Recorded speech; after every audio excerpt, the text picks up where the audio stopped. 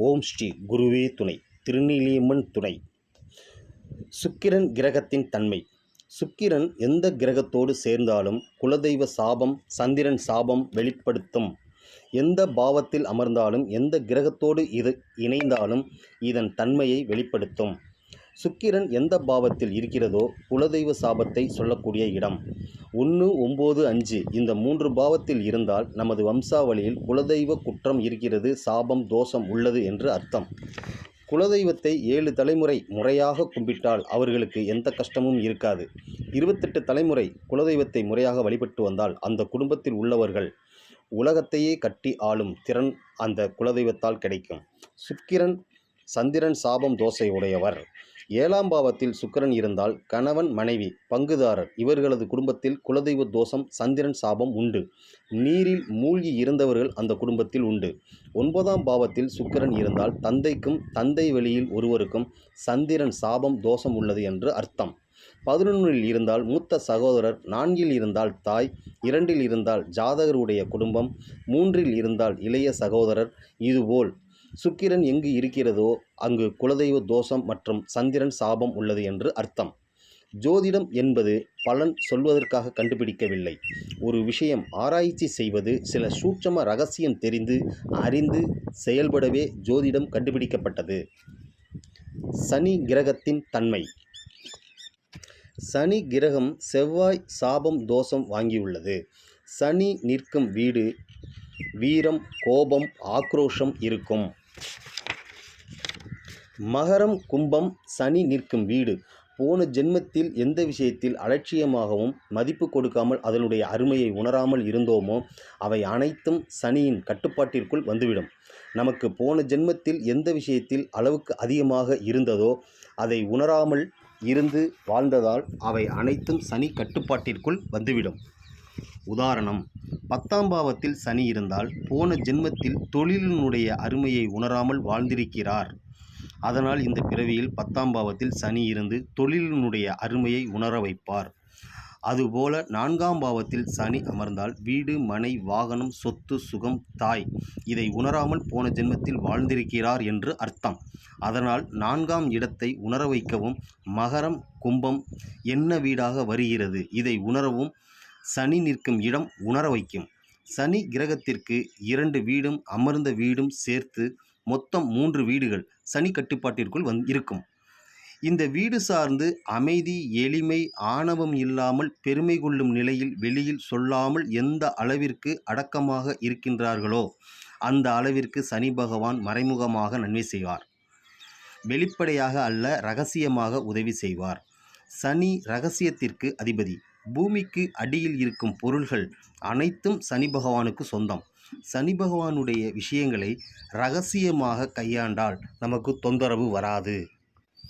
சனி பகவான் விஷயங்களை ஆடம்பரமாக செய்தால் நமக்கு சக்தியை எடுத்து விடுவார். அதனால் அசிங்கம், அவமானம் வரும். சனி பகவான் கொடுக்கும் நல்ல விஷயங்களை நாம் எப்போதும் அடக்கமாக செயல்பட வேண்டும். அகம்பாவமாக செயல்படும்போது நமக்கு அவமானம், அசிங்கம் வந்துவிடும். சனி கிரகம் எந்த பாவத்தில் அமர்ந்து இருக்கிறதோ, எந்த கிரகத்தோடு சேர்ந்து இருக்கிறதோ அந்த பாவம் கிரகத்திற்கும் விஷ தோஷத்தையும் பரப்பும் தன்மை உண்டு. விஷதோஷம் என்றால் வைரஸ், உடல், மனம் கேடு விளைவிக்கும். இந்த பாவ உறவினர் அல்லது அவரது குடும்பம் மருத்துவ செலவு செய்து கொண்டு இருப்பார்கள். எந்நேரமும் ஆரோக்கிய கோளாறு இருந்து கொண்டே இருக்கும். 500 மருத்துவர்கள் பார்த்தாலும் திருப்தி இருக்காது. சனி சூரியன் சேர்க்கை.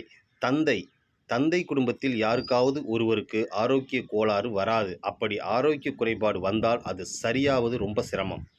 சனி எந்த கிரகத்தோடு எந்த பாவத்தில் எந்த நட்சத்திரத்தில் சேர்ந்து இருக்கிறதோ அதை சார்ந்து இப்பிரச்சனையை தெரிந்து கொள்ளலாம். அந்த கிரகம் அந்த பாவத்திற்கு விஷதோஷத்தை கொடுத்து கொண்டே இருக்கும். சனி செவ்வாய் சேர்க்கை இருந்தால் செவ்வாய் கிரகம் 16 டிகிரி, சனி கிரகம் 19 டிகிரி. இப்பொழுது சனி தான் செவ்வாய் கிரகத்தை இயக்குவார்.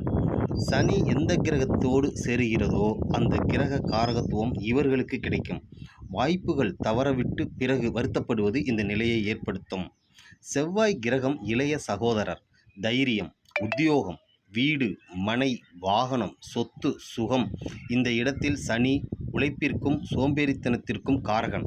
இப்போ ஜாதகர் செவ்வாயோட காரகத்துக்கு கஷ்டப்பட்டு உழைப்பார். ஆனால் சுலபமாக கிடைக்கக்கூடிய வாய்ப்பை தவற விட்டு விடுவார். அதற்கு பின் கஷ்டப்படுவார். உத்தியோகம் சுலபமாக கிடைக்கும்போது தவறவிட்டு அதற்கு பிறகு அந்த வாய்ப்புக்காக நிறைய கஷ்டப்படுவார். செவ்வாய் சம்பந்தப்பட்ட வீடு, சொத்து, வாகனம் மற்றும் பல இவை அனைத்தும் சுலபமாக கிடைக்கும்போது தவறவிட்டுவிட்டு பிறகு நிறைய கஷ்டப்பட்டு அந்த செவ்வாய் சம்பந்தப்பட்ட விஷயங்களை அடைவார்கள்.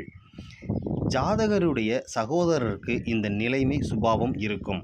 சனி எந்த கிரகத்தோடு சேருகிறதோ அந்த காரகத்துவம் உழைத்தால் மாடு போல் உழைப்பார்கள்.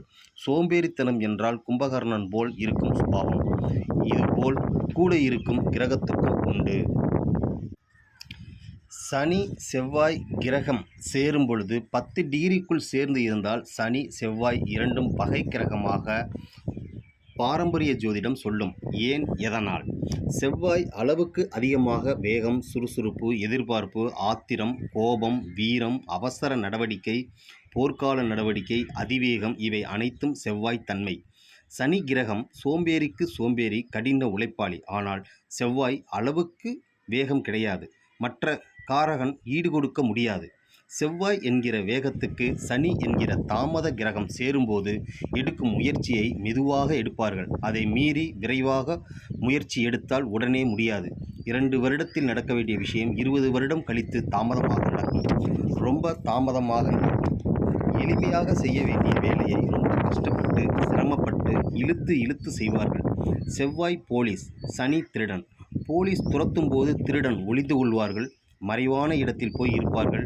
இருட்டு நிறைந்த பகுதி, கள்வர்கள் வாழும் பகுதி காவல்துறை கஷ்டப்பட்டு கண்டுபிடிப்பார்கள். அந்த இடத்தில் இருந்து வேறு இடத்திற்கு போய்விடுவார்கள். இதுபோல செவ்வாய் சனி சேர்க்கை கைக்கு எட்டியது வாய்க்கு எட்டாமல் வாய்ப்பு தட்டிப்போய் கொண்டே இருக்கும். மேஷம், விருச்சிகம், மகரம், கும்பம் இந்த லக்னக்காரர்களுக்கு 100 ரூபாய் வேலை செய்ய கரும்பு மிஷின் மாட்டிய சக்கை போல் ஆகிவிடும். ஒரு பக்கம் அதிவேகம், ஒரு பக்கம் ரொம்ப மெதுவாக தாமதமாக. இதனால் ஒரு குழப்ப நிலை இருந்து கொண்டே இருக்கும். சனியோடு குரு சேர்ந்தால் குழந்தைகளுக்கு இருக்கும் தனம், சொத்து கிடைக்கும் வாய்ப்பை தவறவிட்டுவிட்டு பிறகு கஷ்டப்பட்டு அதை அடைவார்கள். சனி கிரகம் லக்னத்தில் இருந்தால் எந்த கிரகத்தோடு சேர்ந்து இருந்தாலும் ஆரம்பத்தில் ஒரு விஷயத்தை செய்யாமல் கடைசி நேரத்தில்தான் அவசரமாக செய்து முடிப்பார்கள். மற்ற கிரக பாவங்களுக்கும் இந்த பலன்களை கொடுக்கும். ஆரம்பத்தில் சோம்பேறியாக இருந்து பின் கடைசி நேரத்தில் தன் உழைப்பை வெளிப்படுத்துவார்கள். சனி புதன் சேர்ந்தால் கல்வி, வங்கி கணக்கு, பொருளாதாரத்துறை, பரீட்சை, வித்தை, ஜோதிடம், முடிவு எடுக்கும் திறன், பத்திரிகை, எழுத்துத்துறை, வியாபாரம், ஏஜென்சி. சனி இணையும் போது தனக்கு தகுந்தாற்போல் காலம் கடந்து செய்யும் தன்மை குணம் இருக்கும்.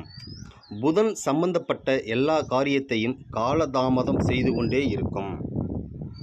இதுவே சனி கிரகத்தின் தன்மையாகும். நன்றி, வணக்கம்.